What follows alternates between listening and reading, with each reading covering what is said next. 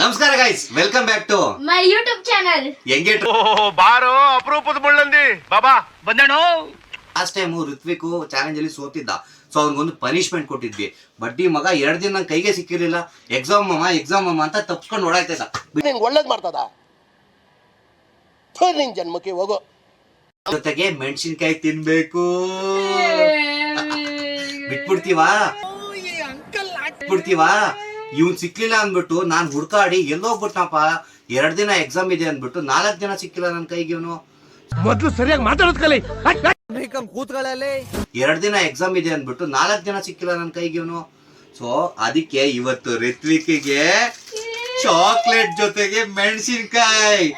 ಹಲವು ಸಂಗತಿಗಳ ನಡುವೆ ನಮ್ಮನ್ನ ಕಾಡುವಂತಹ ಕಟ್ಟ ಕಡೆಯ ಪ್ರಶ್ನೆ ಹೀಗೂ ಉಂಟೆ. ಆಮೇಲೆ ಓಕೆನಾ?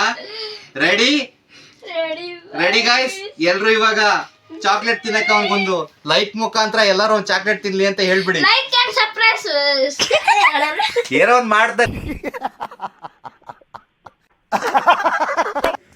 ಆ ಮಾಡು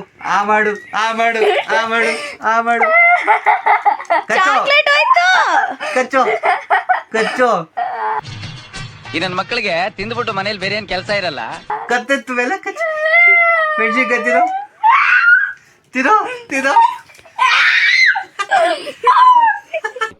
ದೇವ್ರು ನಿಂಗೆ ಒಳ್ಳೇದ್ ಮಾಡ್ತದ ನಿನ್ ಜನ್ಮಕ್ಕೆ ಹೋಗೋ. ಹೋಗ್ಬಿಡು.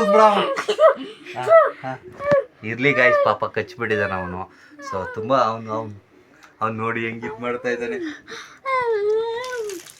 ಚಾಕ್ಲೇಟ್ ತಿನ್ಸ್ಬಿಡ, ತಿಂತೀನಿ ಚಾಕ್ಲೇಟ್ ತಿಂತೀನಿ. ಹೇಗಿತ್ತು ಋತ್ವಿಕ್ ಟೇಸ್ಟು?